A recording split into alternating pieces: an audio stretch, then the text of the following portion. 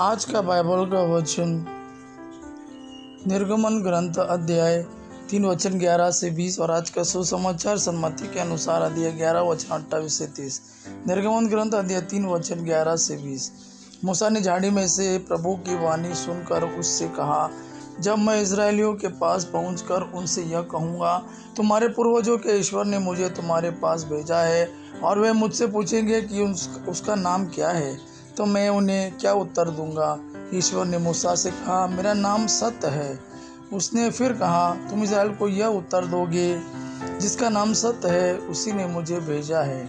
इसके बाद ईश्वर ने मूसा से कहा, तुम इजरायलियों से यह कहोगे, प्रभु तुम्हारे पूर्वजों के ईश्वर इब्राहिम, इसहाक तथा याकूब के ईश्वर ने मुझे तुम लोगों के पास भेजा है। यह सदा के लिए मेरा नाम रहेगा, और यही नाम लेकर सब पीढ़ियां मुझसे प्रार्थना करेगी। अब जाकर इजराइल के नेताओं को एकत्र करो और उनसे यह कहो, प्रभु तुम्हारे पूर्वजों का ईश्वर इब्राहिम, इसहाक और याकूब का ईश्वर मुझे दिखाई दिया, और उसने मुझसे कहा, मैंने तुम लोगों की सुध ली है, और मैं जानता हूँ कि मिस्र देश में तुम पर क्या बीत रही है। मैंने यह निर्णय किया है, मैं तुम्हें मिस्र की दास्ता से निकालकर कनानियों, हित्तियों, अमोरियों, परिज्जियों, हिब्बियों और यबूसियों के देश ले जाऊंगा, जहाँ दूध और मधु की नदियाँ बहती है। वे तुम्हारी बात मानेंगे, और तुम इजराइल के नेताओं के साथ मिस्र के राजा के पास जाओगे और उससे यह कहोगे, प्रभु इब्रानियों का ईश्वर हमें दिखाई दिया, हमें मरुभूमि में 3 दिन की यात्रा करने दीजिए, जिससे हम अपने प्रभु ईश्वर को बलि चढ़ाए।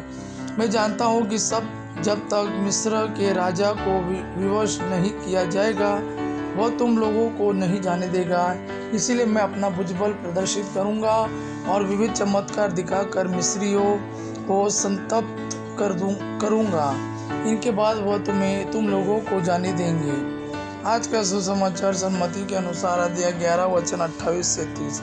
यीशु ने कहा, थके मांदे और बोझ से दबे हुए लोगों, तुम सब के सब मेरे पास आओ, मैं तुम्हें विश्राम दूंगा। मेरा जुआ अपने ऊपर ले लो और मुझसे सीखो। मैं स्वभाव से नम्र और विनीत हूँ। इस तरह तुम अपनी आत्मा के लिए शांति पाओगे, क्योंकि मेरा जुआ सहज है और मेरा बोझ हल्का।